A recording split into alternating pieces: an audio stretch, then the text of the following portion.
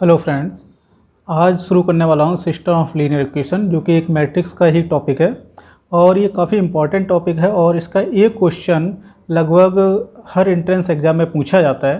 ठीक है, तो इसमें हम सबसे पहले देखते हैं कि 2 डायमेंशंस लीनियर इक्वेशन।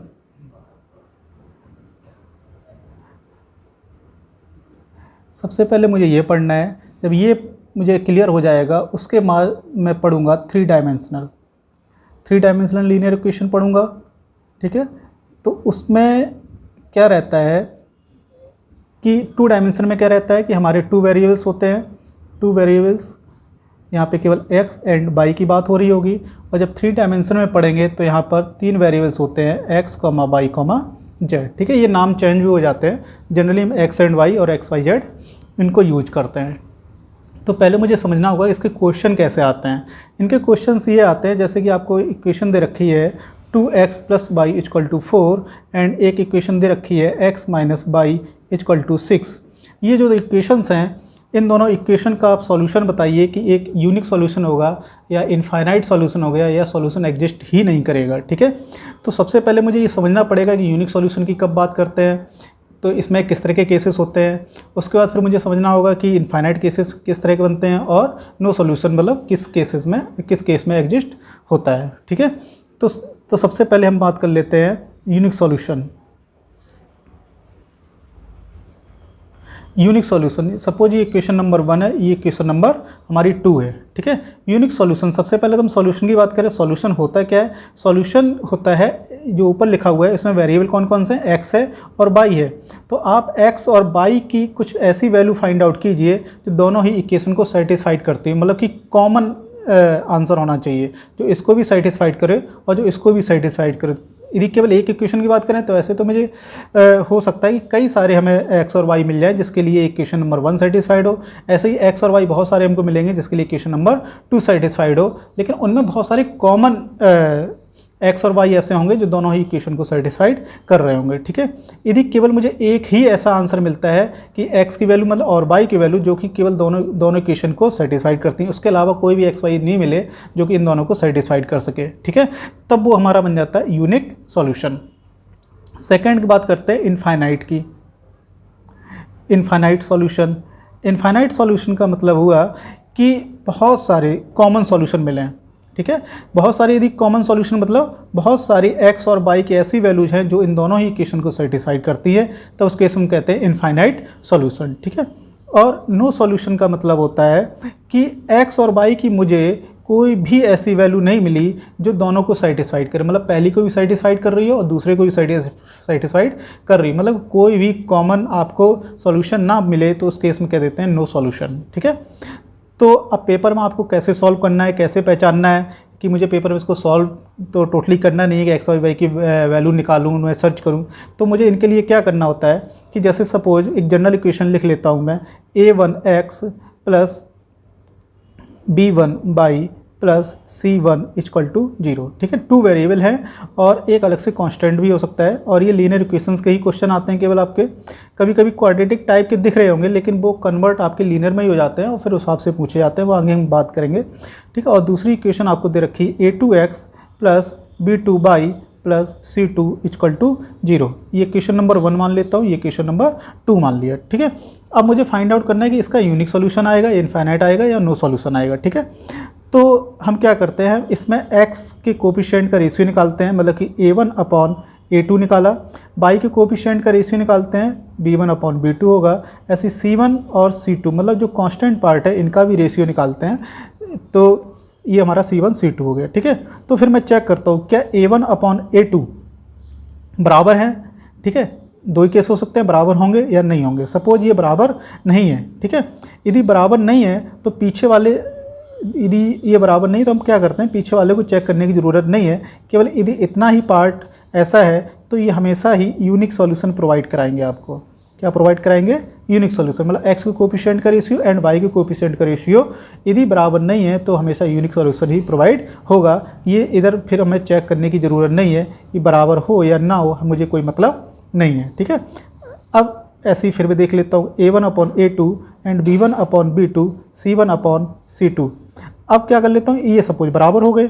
अब यदि ये बराबर हो गए तो आगे वाले मुझे क्या करना होगा, तो आगे वाले मुझे चेक करना होगा ये दोनों बराबर हैं या नहीं है।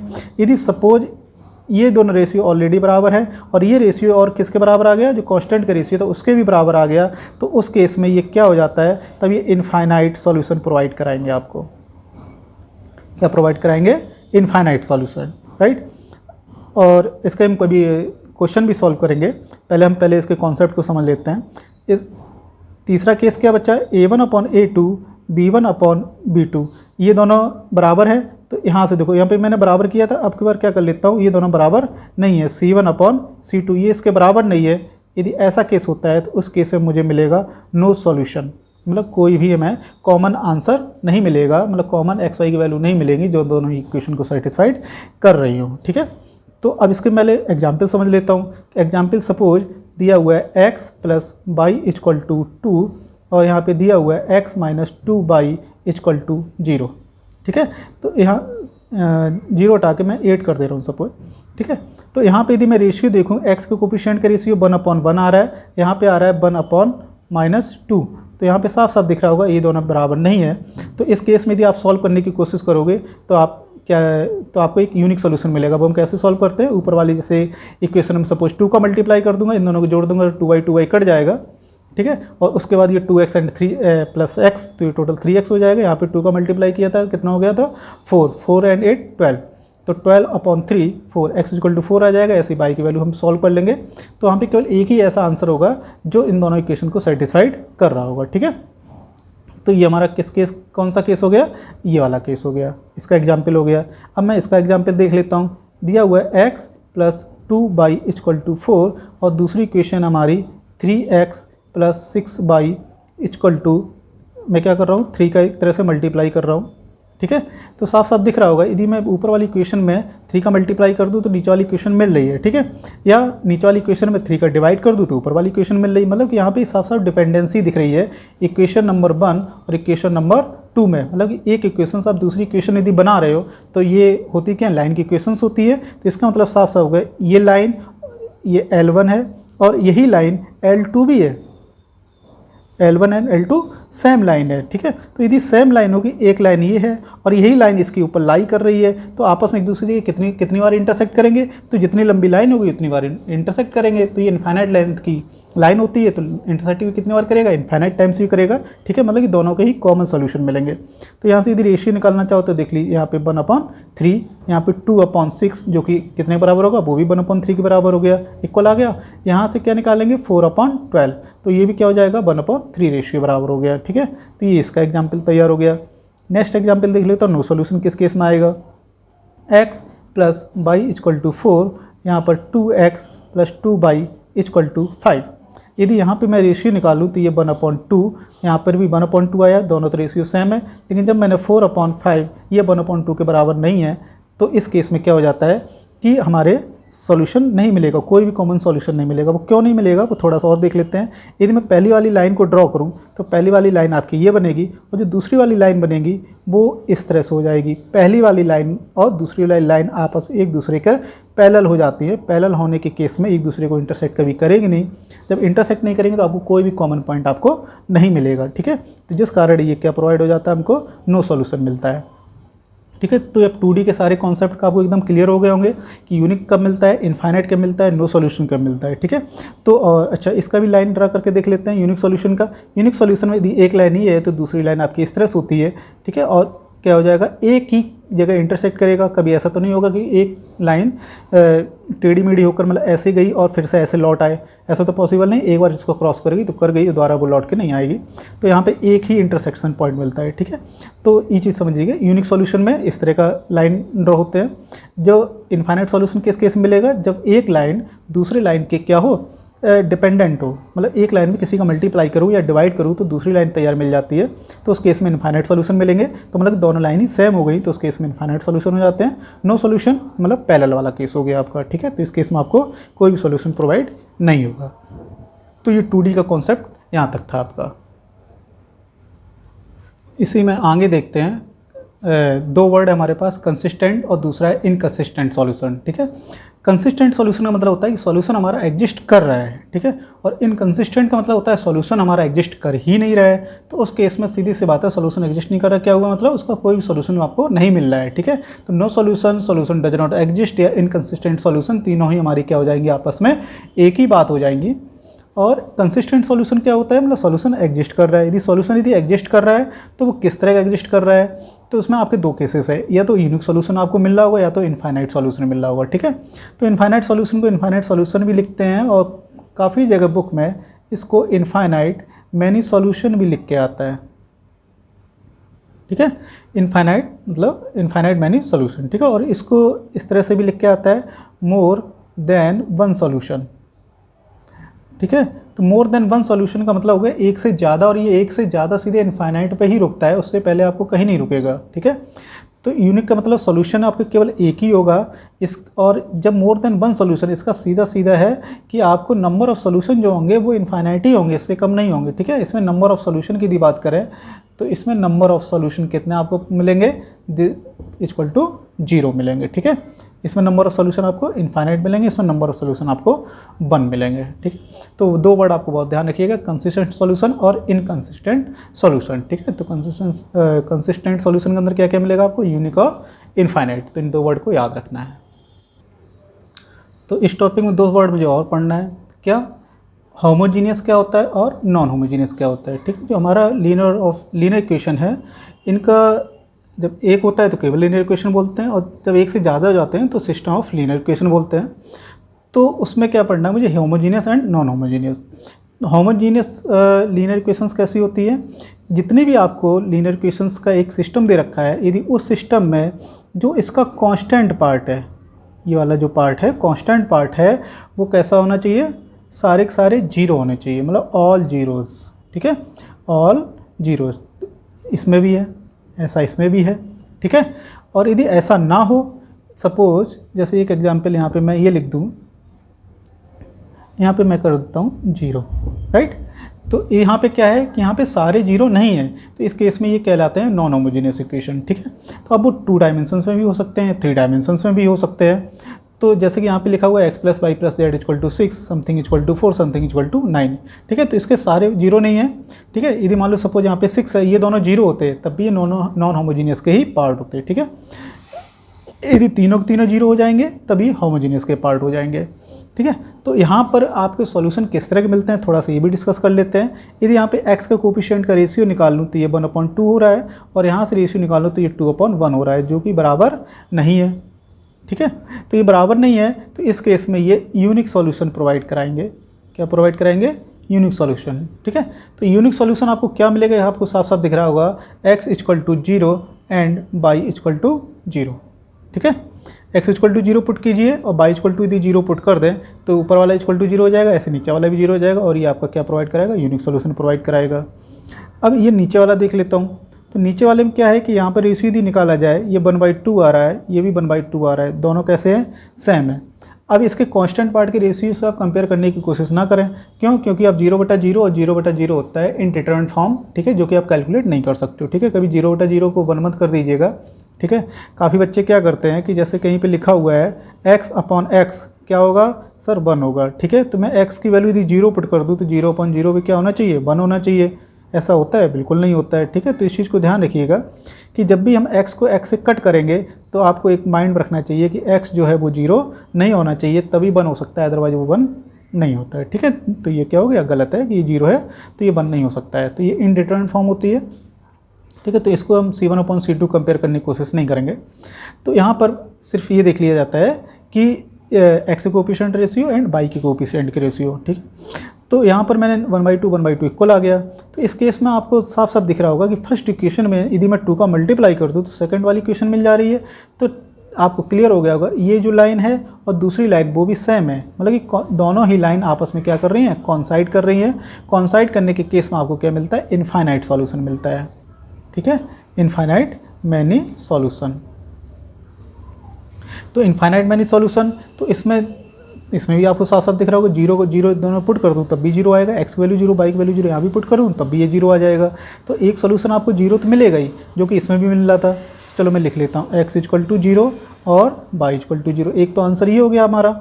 दूसरा क्या है, यदि मैं x की वैल्यू 1 पुट कर दूँ और y की वैल्यू -1 पुट कर दूँ तब भी तो आंसर आपका 0 ही आएगा। तो दोनों इक्वेशन को सेटिस्फाइड करेगा। इसमें भी आप ट्राई करके देख लीजिए, ये हो जाएगा 2, ये हो जाएगा -2, तब भी 0 आ गया। ऐसे x की वैल्यू यदि मैं -1 ले लूँ और y की वैल्यू 1 ले लूँ, ठीक है, तब भी उस केस में आंसर 0 आएगा। ऐसे आप पूरी लिस्ट बनाते चले जाएंगे, ये कभी भी ख़त्म नहीं होगा, चलता ही जाएगा, ठीक है। तो इस केस में इनफाइनाइट मैनी सॉल्यूशन आएंगे। तो एक चीज़ आपने देखा कि यूनिक सॉल्यूशन में x equal to 0, y equal to 0, ये वाला जब किया इनफाइनाइट मैनी तब भी x equal to 0 and y equal to 0। तो ये तो आपका इसका होमोजीनियस का एकदम आना ही है, मतलब x equal to 0, y equal to 0, तो आंसर आना ही आना है, चाहे वो यूनिक सॉल्यूशन हो चाहे इनफाइनाइट मैनी सॉल्यूशन हो, ठीक है। तो इसीलिए कि जो x equal to 0, y equal to 0, इसको ट्रिवियल सॉल्यूशन बोलते हैं, कि ये तो सॉल्यूशन आपका होना ही होना है, ठीक है। यदि आप ये 3D में भी पढ़ रहे हो तो तब भी ऐसा ही होता है। 3D में पढ़ रहे होते तो x equal to 0, y equal to 0 और z इक्वल टू 0, ये हमेशा ही क्या रहेगा, इसका एक ट्रिवियल सॉल्यूशन रहेगा। मतलब कि आपको बस पता चल जाए ये कैसी है, होमोजेनियस इक्वेशन है, तो होमोजेनियस इक्वेशन है तो ये तो सॉल्यूशन अपने आप माइंड में सभी लोगों को आ जाएगा कि ये तो आंसर होगा ही होगा। इसके अलावा कोई आंसर होगा वो हमें चेक करना पड़ेगा कि उनके x और y के कोएफिशिएंट के रेशियोज वगैरह क्या है।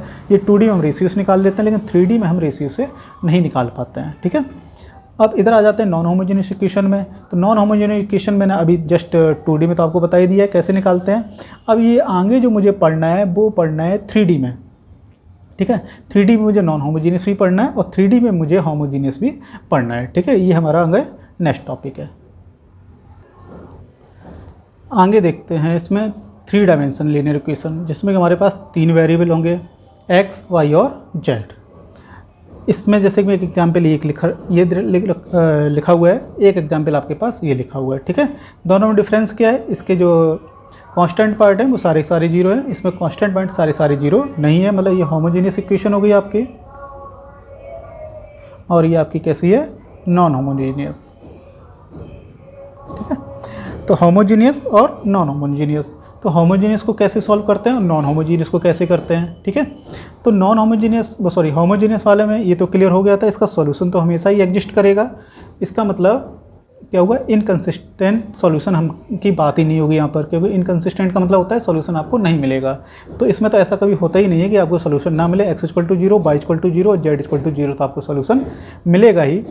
और क्या होगा कि इसमें यदि सॉल्यूशन एग्जिस्ट कर रहा है, मतलब इनकंसिस्टेंट सॉल्यूशन रहता है, या तो यूनिक मिलेगा या तो इनफाइनाइट मिलता है, ठीक है। जैसे कि हम 2 डायमेंशन में पढ़ रहे थे कि हम रेशियो से काम चल जा रहा था हमारा।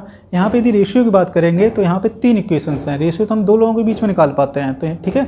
तो यहाँ पे आप रेशियो फाइंड आउट नहीं कर पाएंगे, तो यहाँ पे एक दूसरा तरीका होता है, उसके लिए आपको पढ़ना पड़ेगा रैंक, ठीक है। तो ये रैंक आप सही से पढ़ के आइएगा, इसका मैं वीडियो बना दूंगा, ठीक है। तब आप रैंक अच्छे से पढ़ लीजिएगा, और क्लास में ऑलरेडी सब कुछ सही से पढ़ा दिया गया है, ठीक है। तो ये थोड़ा सा रैंक पे ध्यान दीजिएगा। रैंक यदि नहीं आता है तो इस तरह के क्वेश्चन करने में आपको थोड़ी सी डिफ़िकल्टी हो सकती है, लेकिन हम इसके और भी तरीके बता देंगे। रैंक नहीं भी आएगा पेपर में आपका, लेकिन हो जाएगा, ठीक है। तो इसमें कैसे करेंगे, तो इसमें सबसे पहले हम जो आपको दे रखा है उसका हम AX equal to null matrix, ठीक है। ये 0 नहीं बना हुआ है, this is a null matrix, ठीक है, क्योंकि यहाँ पे इक्वल लगा हुआ है। एक मैट्रिक्स यहाँ लिखूंगा, एक मैट्रिक्स यहाँ पे लिखूंगा, इन दोनों का मैट्रिक्स का जो मल्टीप्लाई है वो एक मैट्रिक्स ही आएगा। तो इक्वल के दोनों तरफ कैसा होना चाहिए, दोनों तरफ सेम होना चाहिए, ठीक है। मोस्टली बच्चे यहाँ पे x इक्वल टू 0 बोलते हैं, x इक्वल टू 0 ना बोलें, ये क्या हो जाएगा, x equal to null matrix. तो ए मैट्रिक्स क्या है, ए मैट्रिक्स यहाँ पे जो आपके कोफिशिएंट हैं उनके एक्स वाई जेड के जो कोफिशिएंट हैं उनको उठा लीजिए, उनसे जो मैट्रिक्स बनती है वो ए मैट्रिक्स कहलाती है, जिसको कोफिशिएंट मैट्रिक्स बोलते हैं। ये हो जाएगी 1 1 1 1 2 एंड 1 1 -1 एंड 2। अब ये x क्या होता है, ये x और ये स्मॉल x दोनों में फ़र्क है। ये x जो होता है वो एक कॉलम मैट्रिक्स है, जिसमें कि आपके वेरिएबल लिखे जाते हैं x, y और z। ये भी एक कॉलम मैट्रिक्स है, और इसमें 3 0 0 0, ठीक है, 1 2 3 इन 0 को लिखा जाएगा। आप इससे ये भी लिख सकते हैं और इससे आप ये भी लिख सकते हैं, और ठीक है, और ये लिखना भी आना चाहिए। अब इसको आगे कैसे सॉल्व करेंगे, तो कि ये हमारा काम केवल ए मैट्रिक्स का बचा हुआ है, दिस इज़ ए मैट्रिक्स। इस पे आप एक्लन फॉर्म से रैंक फाइंड आउट करेंगे, ठीक है। तो पहले हम रैंक फाइंड आउट कर लेते हैं, उसके बाद मैं इसके कॉन्सेप्ट को समझाऊंगा। तो रैंक कैसे फाइंड आउट करते हैं वो बहुत अच्छे से इसी में देख लीजिए। यहाँ पे लिखा हुआ है 1 1 1। ओके, तो सबसे पहले मैं इस 1 को पकड़ूंगा। इस 1 को पकड़ने के बाद इसके नीचे जो भी लिखे हुए हैं उनको मुझे 0 करना होता है, ठीक है। अब वो 0 कैसे करेंगे, उसके लिए यहाँ पे क्या है 1 और यहाँ पर भी 1। यदि मैं इस वाले रो को पहले रो नंबर लिख लूँगा आराम से कि R2 और R1 को आपस में यदि एक दूसरे से घटा दिया जाए तो यहाँ पे 0 आराम से हो जाएगा, ठीक है। तो मैं क्या करने जा रहा हूँ कि सीधा सीधा R1 में से R2 को सब्सट्रैक्ट कर दे रहा हूँ। तो 1 - 1 0 हो गया। यहाँ पे 1 - 2 तो 1 - 2 -1 होता है, M1 N1 0 होता है। तो ये वाला पार्ट मेरा 0 हो गया। इसका मुझे कोई इंपॉर्टेंस नहीं है, 0 हो या ना हो कोई मतलब नहीं, लेकिन ये पार्ट 0 करना मुझे। ऐसे ही मुझे इसके नीचे सारे 0 करने होते हैं, तो इसका मतलब यहाँ पर भी मुझे 0 लाना है। तो R1 में से और R3 घटा दिया जाए तो यहाँ पे भी क्या हो जाएगा 0 हो जाएगा। 1 - 1 तो ये हो जाएगा +1, कुल मिला के हो जाएगा 2 और ये 1 - 2 ये हो जाएगा -1। ये मुझे केवल A मैट्रिक्स पे काम करना है। आगे क्या करना है मुझे, आगे मुझे अब मेरे फर्स्ट रो का काम खत्म हो गया। फर्स्ट रो को कॉपी कर लेते हैं। सेकंड रो का भी मेरा काम खत्म हो गया है, मतलब इसको कॉपी कर लो। अब हमारा काम बचा हुआ है, इसके बाद आते हैं इसकी डायगोनली। A11 पे काम कर लिया, अब A22 पे काम करना, मतलब A22 हमारा ये होता है, चाहे यहाँ पे गोला लगा लीजिए चाहे यहाँ पे आप समझने की कोशिश कीजिए, ठीक है। अब इसके नीचे मुझे 0 बनाना है, इसके लिए मुझे 0 बनाना होगा। तो मुझे अब इस वाली मैट्रिक्स पे काम नहीं करना है। यदि मुझे इस पर काम करूँगा तो सारा गड़बड़ हो जाएगा। तो एक बार जिस पे काम कर चुका हूँ अब मुझे उसी पे काम करना है, ठीक है। और फर्स्ट रो का यूज नहीं कर सकता हूँ। फर्स्ट रो ये काम करने के बाद फ्रीज हो जाती है, ठीक है। अब इसको फ्रीज कर दिया, अब इसको आप टच नहीं कर सकते हैं। जो भी काम करना है अब इसकी और इसकी हेल्प से ही होना है। तो मैं ऐसा करता हूँ, मैं R2 में 2 का मल्टीप्लाई कर दूँ और इसके साथ यदि मैं ऐड कर देता हूँ तो यहाँ पे आप 0 बन जाएगा आराम से। तो मैं क्या कर रहा हूँ 2 of R2 और किसके साथ ऐड कर दे रहा हूँ R3 के साथ। तो यहाँ पे 2 का मल्टीप्लाई करने के बाद इसके साथ जोड़ूंगा तो 0 ही रहेगा। यहाँ पर 2 का मल्टीप्लाई 0 हो जाएगा, ये 2 का मल्टीप्लाई ये 0 और इसके साथ ऐड करना है, फाइनली -1 आएगा आपका, ठीक। तो ये हो गया। अब इसके बाद क्या करते हैं, इसके बाद ये A22 पे काम हो चुका है, उसके बाद A33 पे आऊँगा। A33 के नीचे तो कोई एलिमेंट है नहीं, तो मुझे काम फिनिश, ठीक है। यदि इसके नीचे भी ये कोई कॉलम बना होता तो मैं उसके नीचे भी 0 बनाने की कोशिश करता, ठीक है। कई किताबों में अलग अलग कॉन्सेप्ट दिए हुए हैं, लेकिन मुझे पेपर में आंसर चाहिए होता है, तो आंसर के लिए कोई बहुत ज़्यादा रूल्स एंड रेगुलेशन नहीं है, मुझे सीधा सीधा आंसर चाहिए, ठीक है।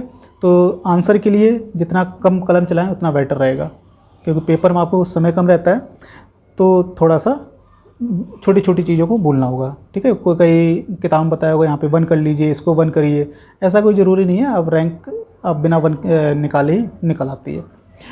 आगे क्या करना है, जब ये हमारा ये आ गया तो अब मुझे इसमें रैंक चेक करनी है। रैंक कैसे चेक करते हैं, rank of matrix A equal to, इसमें जो रो हैं इसमें आप ये देखनी है कि कोई ऐसी रो तो नहीं जिसमें सारे 0 हैं। इसमें सारे 0 हैं, नहीं है। इसमें सारे 0 हैं, नहीं, इसने प्रॉब्लम कर दिया। इसमें सारे 0 हैं, नहीं है, ठीक है। तो आप जो 0 रो होती हैं, मतलब 0 रो का मतलब होता है सारे एलिमेंट्स 0 होने चाहिए। तो आपको ऐसी तो कोई रो नहीं मिली, ठीक है। तो आपको टोटल काउंट करनी होती है, टोटल नॉन जीरो रो। तो ये भी नॉन जीरो रो है, ये भी नॉन जीरो रो है, ये भी नॉन जीरो रो है। टोटल नॉन जीरो रो कितनी हो गई, 3 नॉन जीरो रोज। ये है टोटल आपके पास 3, यही आपकी रैंक हो गई, ठीक है। तो ये तो मैंने रैंक निकालना सीखा। अब इस रैंक का यूज हमारा सिस्टम ऑफ लीनियर इक्वेशन में कैसे होगा, ठीक है, खासकर किस वाले पार्ट में, होमोजेनियस लीनियर इक्वेशन में। तो अब यहाँ पे क्या करेंगे, पहले अब मुझे देखना है नंबर ऑफ़ वेरिएबल्स कितने हैं, पहले वो लिख लीजिए। नंबर ऑफ़ वेरिएबल्स हमारे पास 3। यदि आपका rank of matrix A equal to number of variables यदि आपके बराबर हैं तो इस केस में आपको मिलेगा यूनिक सॉल्यूशन। एक बात क्लियर हो गई, rank of A equal to number of variables दोनों सेम है तो आपको क्या मिलेगा, यूनिक सॉल्यूशन।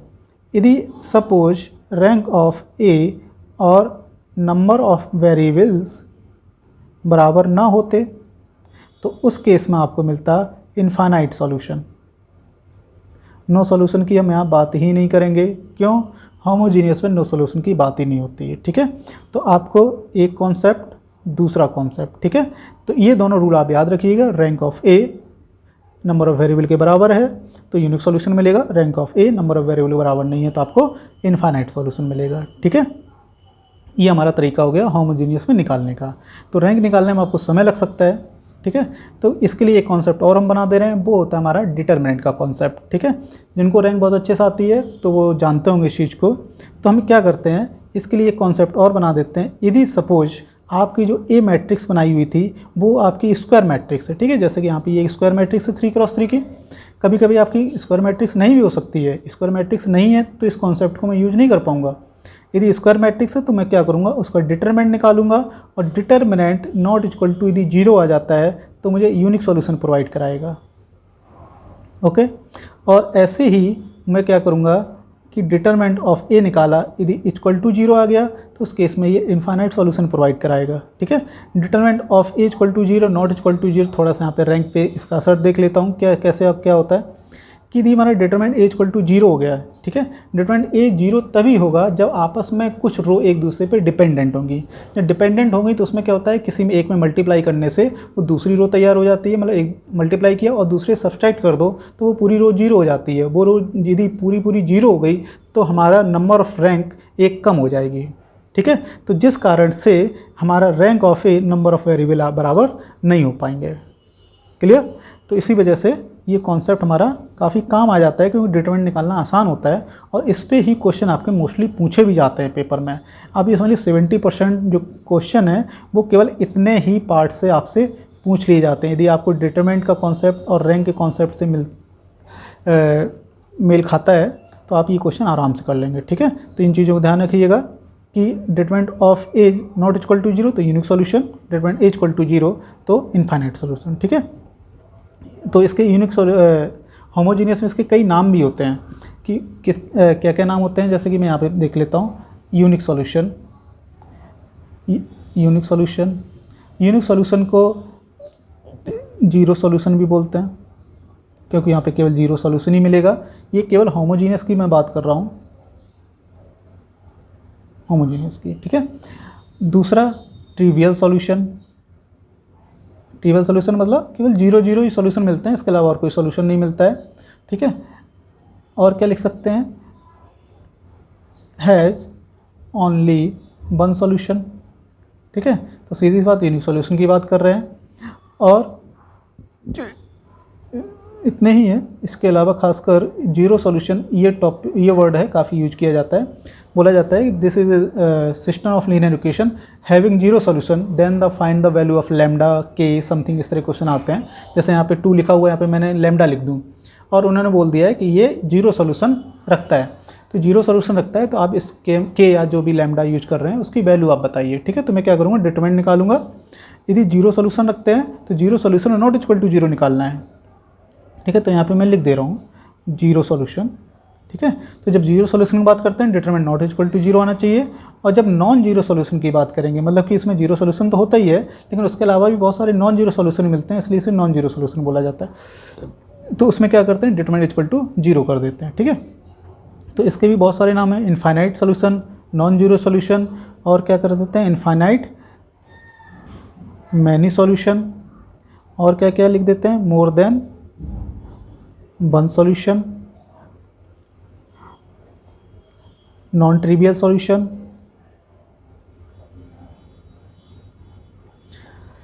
तो ऐसे कई नाम होते हैं। आप एक पेपर पे अपने नोट्स जब बनाइएगा तो उसमें एक एक चीज़ें साफ साफ लिख लीजिएगा।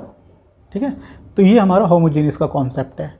एक तो रैंक से रिलेटेड हो गया, दूसरा हमारा डिटरमिनेंट्स हो गया। ठीक है, तो होमोजीनियस से जो भी क्वेश्चन आता है वो मोस्टली जो होता है वो डिटरमिनेंट की कॉन्सेप्ट से ही आता है। ठीक है, अभी मैं कुछ क्वेश्चन और कराऊंगा तो उसमें आप देखिएगा।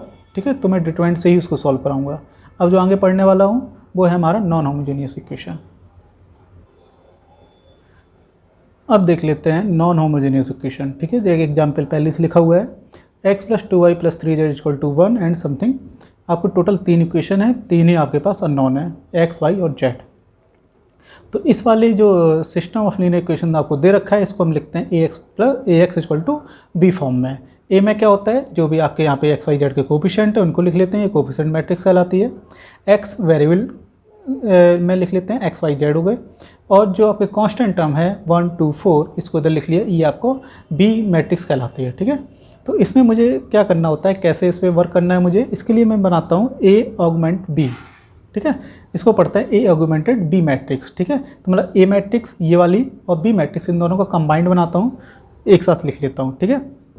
और इसमें फिर मैं चलाता हूँ एक्लन फॉर्म के लिए, एक्लन फॉर्म अप्लाई करता हूँ जिससे मुझे रैंक फाइंड आउट हो जाए। तो एक्लन फॉर्म कैसे करते हैं, ठीक है। तो ये मैं पिछले एग्जाम्पल में सीख चुका हूँ, आगे फिर देख लेता हूँ। मैं क्या करता हूँ, मैं इस वाले एलिमेंट को पकड़ता हूँ, इस वाले एलिमेंट को पकड़ के इसके नीचे जो भी है उनको जीरो बनाने की कोशिश करता हूँ, ठीक है। कैसे बन जाएगा, इसमें आप 2 का मल्टीप्लाई कर दो और इस वाले सीधी घटा दो तो 0 बन जाएगा। तो आप पूरी रो में आप 2 का मल्टीप्लाई कर दीजिए और इस वाले में आप घटा दीजिए, ठीक है। तो 2r1 एंड r2 सब्सट्रैक्ट कर दिया, तो यहाँ से ये वाली पूरी रो कंप्लीट हो जाएगी। मल्टीप्लाई आराम से कर लीजिएगा। ऐसे क्या करूँगा, इसको मुझे 0 बनाना है तो इसमें 5 का मल्टीप्लाई कर दूँ और इस वाले से यदि मैं सब्सट्रैक्ट कर दूँ, ठीक है, तो ये वाला 0 बन जाएगा। तो ये वाला पूरा मैंने काम कर लिया। ये काम करने के बाद फिर मैं आ जाता हूँ इस वाले एलिमेंट के पास, A22 के पास। A22 के नीचे मैं 0 बनाता हूँ। ये कैसे बना पाऊँगा, यदि मैं इसमें 5 का मल्टीप्लाई कर दूँ और इसमें 3 का मल्टीप्लाई कर दूँ, तो 5 और 3 का मल्टीप्लाई करने से एक दूसरे से 0 हो जाएंगे, ठीक है। तो वहाँ पर आप ये वाला पार्ट हो जाएगा। तो ऐसे सॉल्व करके मैं यहाँ तक पहुँच गया। तो ये तो रैंक वाला काम है, मतलब एक्लन फॉर्म कैसे वर्क करता है, तो ठीक है, ये आपको रैंक के थ्रू सीखना पड़ेगा। यहाँ तक सीखने के बाद आगे कॉन्सेप्ट कैसे वर्क करेगा, ठीक है। तो जो ये इतनी जो मैट्रिक्स लिखी हुई है ये केवल ए मैट्रिक्स है और ये टोटल जो मैट्रिक्स लिखी है वो ए ऑगमेंटेड बी मैट्रिक्स कहलाती है, ठीक है। तो अब इस पे पहले हम सीख लेते हैं कि यहाँ पे चेक करना है मुझे रैंक ऑफ ए और rank of A augmented B matrix, ठीक है। तो रैंक ऑफ ए निकालने की मुझे बस लास्ट वाला ये जो कॉलम दे रखा है इसको, तो हमारी रैंक ऑफ ए कितनी हो जाएगी, यहाँ पे नॉन जीरो रो मुझे काउंट करनी है। फर्स्ट वाले में कोई भी जीरो रो नहीं है, ये भी जीरो रो नहीं है, ये भी जीरो नहीं है। टोटल हमारी नॉन जीरो रो जो हो गई वो टोटल हो गई हमारे पास 3, राइट। ये 3 हो गई। अब मैं ये ऑगमेंटेड बी की रैंक देखता हूँ, तो इसमें कितना हो जाएगा, नॉन जीरो रो, नॉन जीरो रो, नॉन जीरो रो, तो ये भी हमारी रैंक हो गई 3। तो इस केस में ये क्या होगा, रैंक ऑफ ए और rank of A augmented B दोनों ही सेम हो गई हमारी, ठीक है। तो यदि ये दोनों सेम हो जाती है, ठीक है, तो फिर आगे मैं कैसे काम करूँगा, फिर मुझे कंपेयर करना होता है कि नंबर ऑफ़ वेरिएबल से। नंबर ऑफ़ वेरिएबल जो आप सिस्टम दे रखा है, इसमें एक्स वाई जेड 3 वेरिएबल है, तो यहाँ पे नंबर ऑफ़ वेरिएबल हैं वो 3 है, तो ये हो गए हमारे आपस में इक्वल हो गए, ठीक है। तो ये तो हमारा पहला केस है। यदि हमारे तीनों चीज़ें ही इक्वल हो जाती है तो ये जो केस होता है वो होता है यूनिक सॉल्यूशन का। अब क्या हो सकता है कि सपोज ये तो चलो इस क्वेश्चन के अकॉर्डिंग था हमारा। अब आगे जो क्वेश्चंस होंगे वो हो सकता है कि उसमें और भी केसेस बन जाएं कि rank of A augmented B and number of variables, ठीक है। ऐसा हो सकता है कि rank of A by B ये दोनों सेम ही ना हो। यदि ये दोनों सेम नहीं है तो फिर मुझे ये कोई चेक करने की ज़रूरत नहीं है, ठीक है। तो इस केस में क्या हो जाता है कि नो सॉल्यूशन मुझे मिलता है। थर्ड केस क्या हो जाएगा, थर्ड केस पढ़ता हूँ, rank of A equal to rank of A augmented B, और ये नंबर ऑफ वेरिएबल जो आपको दे रखे हैं उसके बराबर नहीं है, ठीक है। तो ऊपर वाला केस में दोनों ये दोनों बराबर थे, इसमें भी बराबर है, लेकिन इसमें नंबर ऑफ वेरिएबल भी बराबर थे, इसमें नंबर ऑफ वेरिएबल बराबर नहीं है। तो ऑब्वियस सी बात, जो ये तरह क्वेश्चन जो होते हैं वो हमेशा नंबर ऑफ वेरिएबल आपको ज़्यादा हो जाएंगे और rank of A by B जो है वो कम हो जाएगी, ठीक है।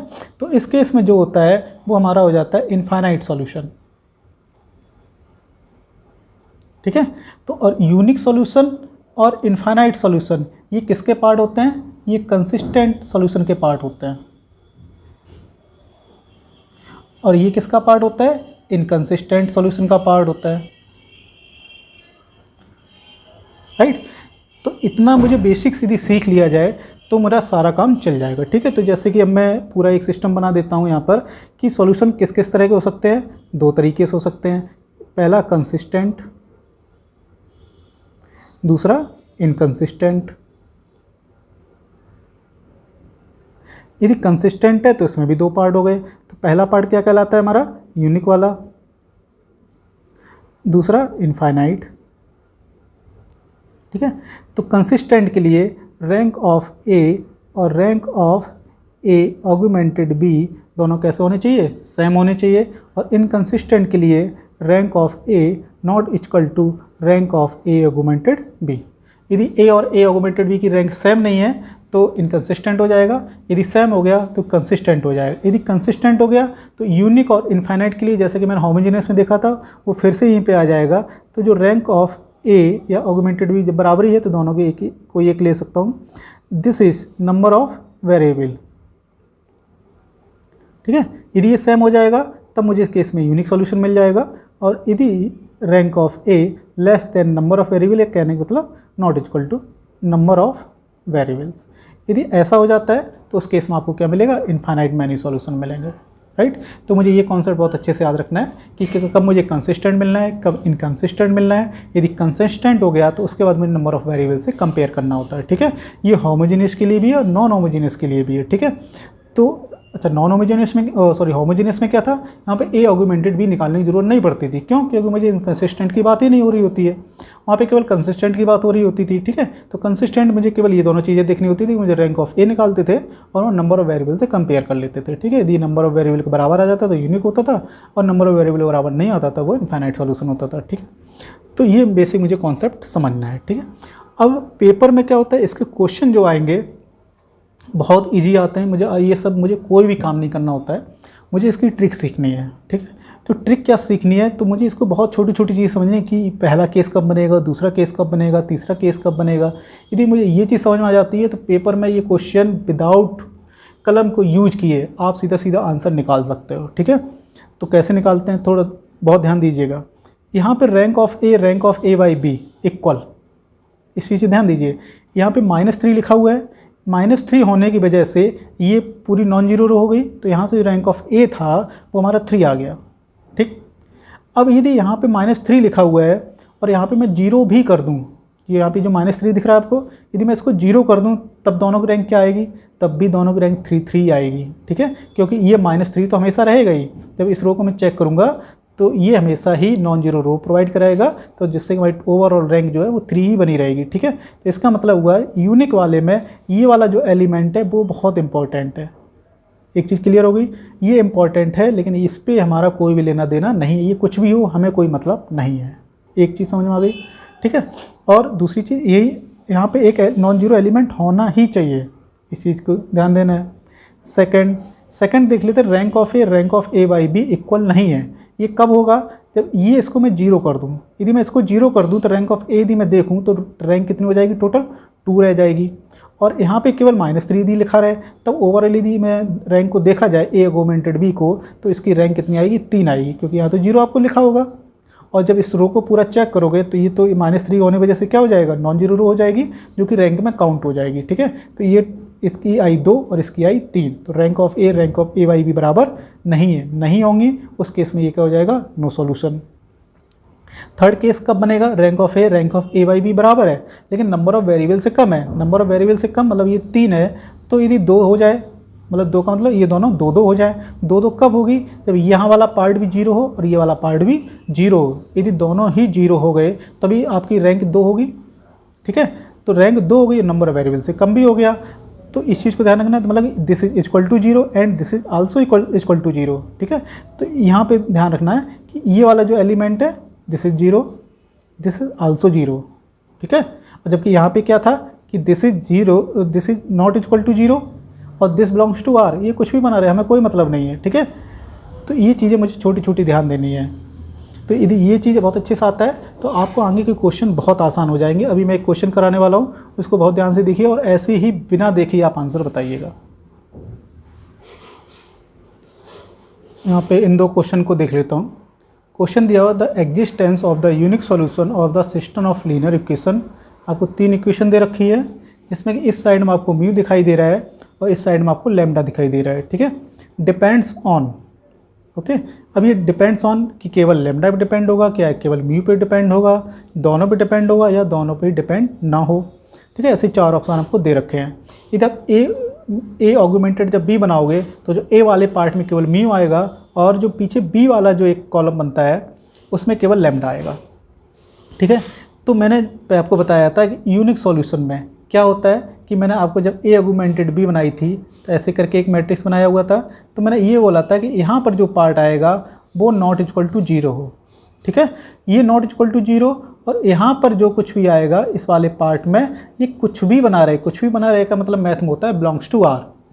ठीक है, तो इस तरह का जो ऑप्शन है आपको प्रोवाइड कराएगा वो आपका यूनिक सॉल्यूशन देगा। ठीक है, तो इसका मतलब ये कुछ भी बना रहे तो इसका मतलब इस पर डिपेंड ही नहीं है।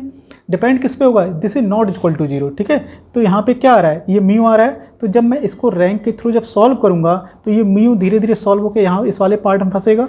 तो ये वाला पार्ट कैसा होना चाहिए, नॉट इक्वल टू 0। ठीक है, तो साफ साफ है कि लैम्डा जो यहाँ पर ये क्या रहा है म्यू, तो म्यू की वैल्यू पे सीधा सीधा डिपेंडेंसी है कि म्यू की वैल्यू आपकी 0 यदि हो जाएगी या समथिंग 6 हो जाएगी, 5 हो जाएगी, इस तरह कुछ भी हो सकती है। कुल मिला के म्यू की वैल्यू पे डिपेंड करेगा। लैम्डा की वैल्यू कुछ भी बना रहे हमें कोई फ़र्क नहीं पड़ेगा। ठीक है, तो साफ साफ दिख रहा होगा केवल म्यू की वैल्यू पे डिपेंड होगा और किसी वैल्यू पे डिपेंड नहीं होगा। ठीक है, अब यहाँ पे आ जाते हैं सिस्टम ऑफ इक्वेशन इस वाले क्वेश्चन में। यहाँ पे देख लीजिए लैम्डा यहाँ पर है, म्यू यहाँ पर है। ओके, तो अब जो ए मैट्रिक्स बनेगा उसमें आपका लैम्डा आ जाएगा और जो बी वाला एक कॉलम बनता है उस वाले में आपका म्यू आ जाएगा। तो आगे क्या करें, पूरा पढ़ लेते हैं। The system of the equation, ये इक्वेशन दे रखी है, हैज़ नो सोल्यूशन फॉर, उसका कोई भी सॉल्यूशन नहीं मिलेगा। नो सॉल्यूशन में मैंने क्या बताया था आपको, एक मैट्रिक्स ऐसे बनी हुई है ए ऑगुमेंटेड बी। तो नो सॉल्यूशन में क्या होता है कि rank of A not equal to rank of A by B. ठीक है, तो ये क्या होता है कि ये वाला पार्ट इक्वल टू 0 हो जाए, इक्वल टू 0 हो जाएगा तो यहाँ पे क्या हो जाएगा, ये ऑलरेडी 0 0 होते हैं, ये भी 0 हो जाएगी तो रैंक हो जाएगी 2। ठीक है, और यहाँ पर कुछ भी लिखा है कोई मतलब नहीं, लेकिन जो यहाँ पर है वो क्या होना चाहिए, नॉट इक्वल टू 0। ठीक है, ये नॉट इक्वल टू 0 हो जाएगा तो जब ए ऑगुमेंटेड बी की हम रैंक निकालेंगे तो उस केस में क्या हो जाएगा, तो ये जब पूरे की निकालेंगे तो 3 आएगी और जब केवल इतने पार्ट की निकालूंगा तो 2 आ जाएगी। ठीक है, तो उस केस में 2 नॉट इक्वल टू 3 हो जाएगा और नो सोल्यूशन आपको प्रोवाइड कराएगा। तो इक्वल टू 0, तो यहाँ पे क्या है लैम्डा, लैम्डा में इक्वल टू का साइन कहाँ पे आ रहा है, इक्वल टू 0 मत देखिए, क्योंकि यहाँ पे हो सकता है लैम्डा -6 आ रहा हो, लैम्डा +6 आ रहा हो, 2 लैम्डा +4 आ रहा हो, ऐसे कुछ भी आ सकता है। ठीक है, वो इक्वल टू 0 करोगे तो लैम्डा इक्वल टू ही तो आंसर आएगा आपका। तो लैम्डा इक्वल किस में आंसर दे रखा है, केवल इस वाले पार्ट में दे रखा है, और उसका सेकंड पार्ट में क्या होना चाहिए, नॉट इक्वल का साइन लगा होना चाहिए। ठीक है, तो जैसे सपोज यहाँ पे आ गया म्यू -10 नॉट इक्वल टू 0, तो क्या हो जाएगा, म्यू नॉट इक्वल टू 10 होगा, तो हमें केवल नॉट इक्वल वाला साइन देखना है। तो नॉट इक्वल वाला साइन केवल यहाँ लगा हुआ है, तो दोनों चीज़ें आपकी सेटिस्फाइड हो रही हैं, तो आंसर आपका यहाँ पर बी हो जाएगा। ठीक है, तो मुझे पेपर में इस तरह से चेक करना होगा। जैसे ये तो नो सोल्यूशन का मुझे चेक कर लिया, यदि सपोज ये क्वेश्चन यदि आ जाता आपका यूनिक सॉल्यूशन के लिए, ठीक है, तब आपका आंसर कौन सा सही होता, तो वो वाला आंसर सही होता कि जहाँ पे देखो क्या करते हैं यूनिक सॉल्यूशन, जैसे मैंने आपको यहाँ पे समझाया था यूनिक सॉल्यूशन वाले पार्ट में, यहाँ पे देख लेता हूँ फिर से कि यहाँ पे मैंने बताया कि this is not equal to 0। ठीक है, तो जो यहाँ वाले पार्ट के लिए वहाँ पे नॉट इक्वल टू का साइन होना चाहिए। ठीक है, पीछे वाला कुछ भी हो, कुछ भी बिलोंग्स टू आर, तो इस तरह के जहाँ पे ऑप्शन लिखा होगा तो वो वाला ऑप्शन आप क्या करेंगे, टिक लगा देंगे। ठीक है, लेकिन वेरिएबल देख लीजिएगा कि लैम्डा किधर आ रहा है, म्यू किधर आ रहा है। ठीक है, यहाँ पे और कोई वेरिएबल दे दिया, म्यू इधर कर दिया, लैम्डा दे दिया, लेकिन फिर भी आप उसी चीज़ को रटे पड़े हैं, तो वो चीज़ ध्यान रखिएगा। दूसरा नो सोल्यूशन यूनिक हो गया। अगला क्या बचता है, इनफाइनाइट सॉल्यूशन। इनफाइनाइट सॉल्यूशन में क्या होता था हमारे पास कि हमारे पास ए आर्गुमेंटेड भी होता था। ठीक है, तो इसमें रैंक ऑफ ए और rank of A augmented B दोनों सेम होता था, बट प्रॉब्लम ये था कि इसकी नंबर ऑफ वेरिएबल के बराबर नहीं होता था। तो नंबर ऑफ वेरिएबल यहाँ पे अधिकतर 3 दिए होते हैं, बराबर नहीं है, तो ये 2-2 पे कहानी पहुँच जाती है इनकी। 2-2 पे पहुँचने का मतलब है कि this is equal to 0, this is also equal to 0, तभी तो आपकी इसकी भी रैंक 2 हो जाएगी। यदि ओवरऑल देखोगे तो यहाँ ऑलरेडी 0 होते हैं, तो यहाँ भी देखोगे तो यहाँ भी आपको 2 मिल जाएगी, तो ये वाले केस आपको सेटिस्फाइड हो जाएंगे। नंबर ऑफ वेरिएबल आपके 3 है, तो उस वजह से आपका इनफाइनाइट सॉल्यूशन की कंडीशन सारी सेटिस्फाइड हो रही हैं। तो यहाँ पे क्या मिला, इक्वल टू 0 इक्वल टू 0। तो यहाँ पे देखिएगा, तो जो पहला वाला पार्ट हो उसमें इक्वल टू का साइन लगा होना चाहिए, और जो दूसरा वाला पार्ट है वहाँ भी इक्वल टू का साइन लगा होना चाहिए। ठीक है, मुझे केवल साइन देखना, वैल्यू नहीं देखनी है। तो यदि इस तरह के केसेस आते हैं तो बस ध्यान रखिए, यूनिक सॉल्यूशन में क्या होना चाहिए, यहाँ पे not equal to belongs to R, infinite में इक्वल इक्वल, नो सॉल्यूशन में आपको ध्यान समझ गए होंगे कि यहाँ पे इक्वल, यहाँ पे नॉट इक्वल। ठीक है, तो ये 3 आंसर आप याद कर लीजिएगा। अधिकतर क्वेश्चन सबसे ज़्यादा ऐसे ही पूछे जाते हैं, 90% इस टाइप का होता है, 5% इस टाइप का होता है, अब 5% में और भी आ सकता है, तो इसलिए आप कॉन्सेप्ट को अच्छे से पढ़िएगा और आगे जो क्वेश्चन है उनकी थोड़ी सी प्रैक्टिस भी करिएगा। ठीक है, तो मैं 1 या 2 क्वेश्चन और करा रहा हूँ, तो उस पर थोड़ा सा ध्यान दीजिएगा। ये क्वेश्चन और देखते हैं। यहाँ पे एक सिस्टम ऑफ लीनियर इक्वेशन दे रखा है, 3 इक्वेशन दे रखी है, 3 ही वेरिएबल आपके। ठीक है, और बोल रखा है are consistent and have non zero solution. Non zero solution का मतलब ही होता है, ये वर्ड कहाँ यूज होता है, केवल होमोजीनियस में यूज होता है, ठीक है। होमोजीनियस में आपको जीरो सॉल्यूशन की बात करते हैं और नॉन जीरो सॉल्यूशन की बात करते हैं। नॉन जीरो सॉल्यूशन यदि हमारी 3x3 की डिटरमिनेंट अच्छे से बन जाती है, डिटरमिनेंट इक्वल टू जीरो कर देते हैं। जीरो सॉल्यूशन में नॉट इक्वल टू जीरो करते हैं। आगे क्या कह रहे हैं, then A B C D 4 option दिए हुए हैं, तो इनमें से कौन सा आपका एक ट्रू है।